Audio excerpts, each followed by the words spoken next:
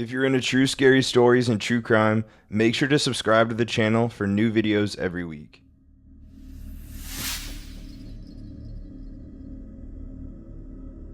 A few years ago, I was dealing with a lot of anxiety.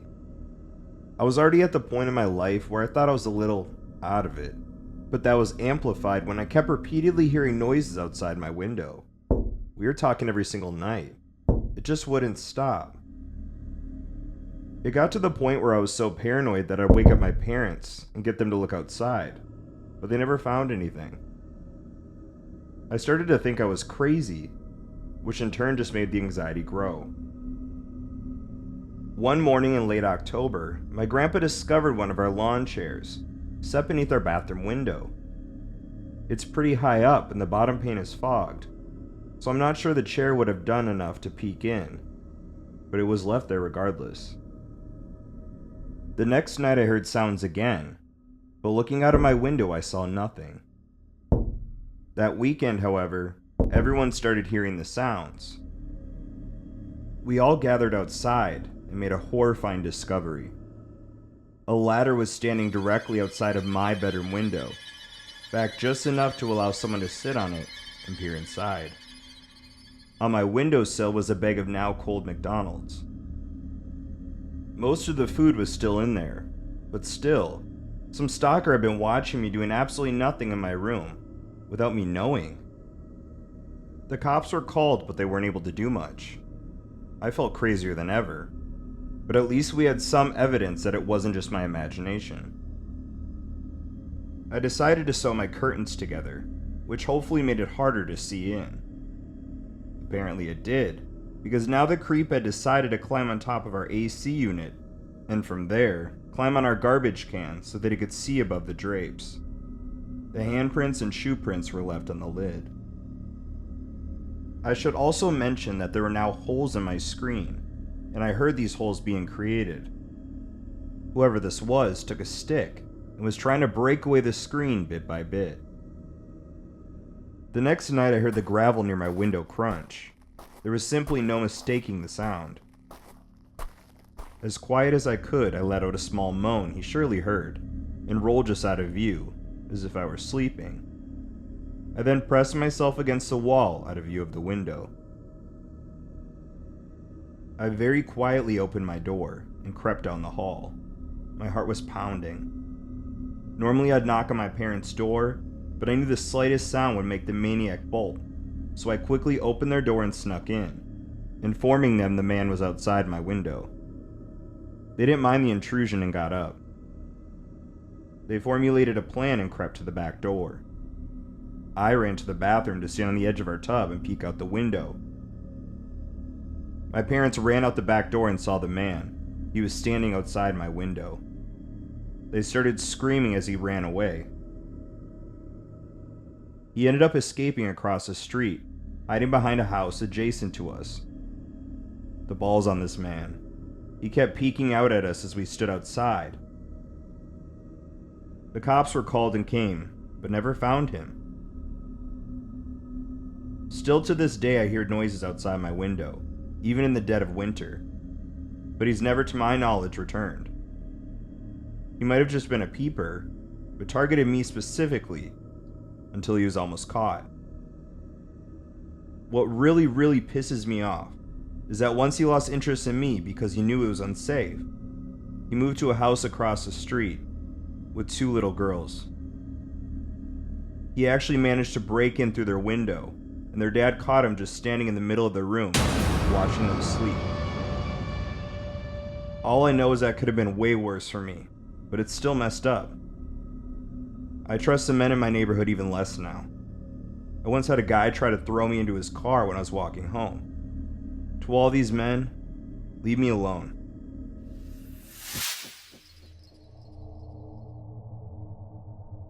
One afternoon I was at 7-Eleven and noticed that this guy kept smiling at me from across the counter.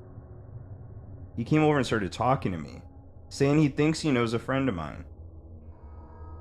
I should also mention that he had been in an accident years back and was mentally challenged because of it. So I was nice and gave him my number and told him to text me sometime. He ended up texting me before I even got home. Something along the lines of, "You're pretty, I can't stop thinking about you. Blah blah, we should hang out." So young and stupid me says, "Sure, I have to go to Borders tomorrow. Want to come along?" After that day, he started texting me all the time, even if I didn't respond. After a week or so of this, and realizing he was in no way my type, I started blowing him off, and never met up with him again. I told him I had met someone, and he started acting strange, telling me he's in love with me, he can't stop thinking about me, all this weird obsessive stuff. I ended up telling him to leave me alone, stop texting me, and that he can't love me, he doesn't even know me. A few days later, he texted me saying that he was sorry and just wants to hang out. I told him I was busy and out with family. Meanwhile, I was actually at home with a friend. He replies, "Okay, I'll wait." At this point, my friend and I go through my house to the kitchen, passing by the bay window, and I see this guy parked outside my house. I never told him where I lived, never told him my last name, and even the house is under my mom's last name, which is different than mine. I told my friend and she says to me to text him, say something along the lines of, "My friend is at my house. Are you parked in front of it? You're creeping her out. Leave now." He replies saying, "Okay, he's leaving and he's sorry." We watch from the window as the dude backs up my dead-end street until he's blocked by the trees. He then parks and just sits there. I text him again. "Really? She watched you. She can still see you. Leave her, I'm calling the cops." He backs up to the end of my street and tells me, "It's a public street. There's nothing you can do." We stayed in the house and called a bunch of my guy friends. I texted Creepo and told him that if he won't leave, our friends will make him leave. That finally gets him to drive off, but he still continued to text me daily. My current fiance, at the time we had just started dating, ended up telling him if he doesn't stop, he'll beat the crap out of him. I finally blocked his number, and that seemed to work. A couple months later, he began texting me from a new number. He ended up changing his number multiple times throughout all of this, to get around me blocking him. "I still love you," he professed. I never responded back, and eventually he stops again. Later that year, I'm now pregnant, and my fiance and I have been engaged for about 6 months. One day when I was at the store, the stalker popped out of nowhere, and I went ballistic.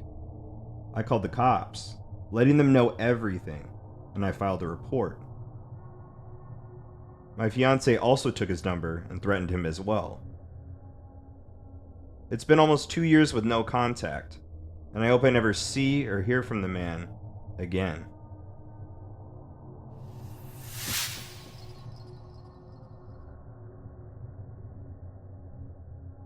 I had moved into a new city and had just gotten my first apartment.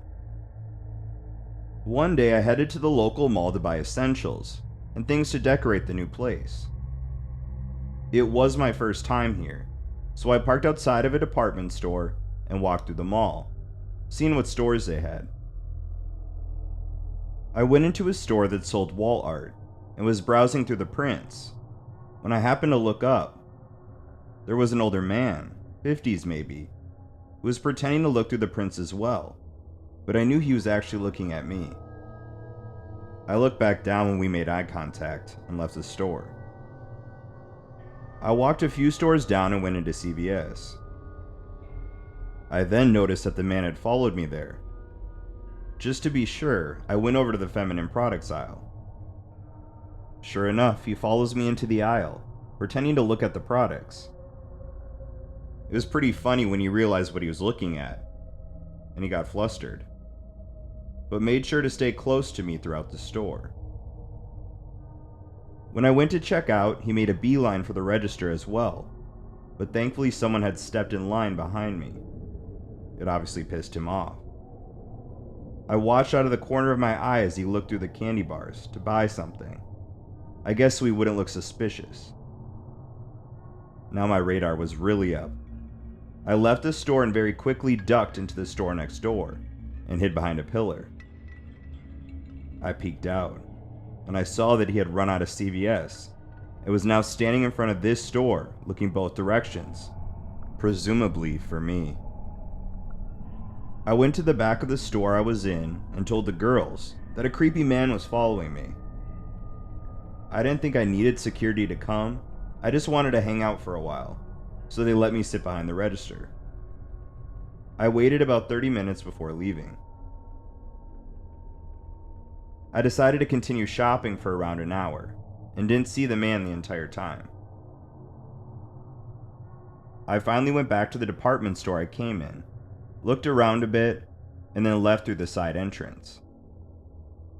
When I was walking through the first set of doors, I checked to see if anyone else was coming so I could hold the door open for them. And who the hell is coming out right behind me but this man? I say, damn it, I knew I forgot something, and went back into the store. I head to the first employee I see and tell them what's happening. Security comes and I tell them the story, giving them a description of the man, and they escort me to my car. Whew. I'm in my car, doors locked, and I unwrap one of the cassette tapes I had just bought and popped it in. As I'm driving away, I see the man again. I stop the car and watch. He's walking around in more of an empty part of the lot, with a short, heavy blonde woman with glasses. I make sure to exit the mall from a different direction, so he won't see me. But the story doesn't end there. About a year and a half later, I had quit my job at the doctor's office, took a trip to Italy and France, and started a new job at a department store. The mall I was working at was about 25 miles away from the other one. So one night I'm at my counter, and an older woman comes up, looking at the products. The brand I'm representing is French, and she starts talking about Paris. I mentioned that I had recently been to Paris as well as Italy, and how much I had fallen in love with Europe and wished that I could move there. She says, well, this might be your lucky day. The company I work for is hiring. I think you'd be a perfect fit, and we have offices in Europe. I asked her what type of work it is, and she said it's in hospitality. I asked her a company name, and she says, well, I'm in a bit of a rush, but if you give me your number, I can call you when it's convenient and give you all the information. And that's when I started shaking. This is how I know my intuition tells me that something's not right. I look more closely at her, and that's when I realized this is the same woman who I saw walking with that man. I'm so thankful that I left my name tag at home that day. I gave her a fake name and fake number. I never saw her or the man again.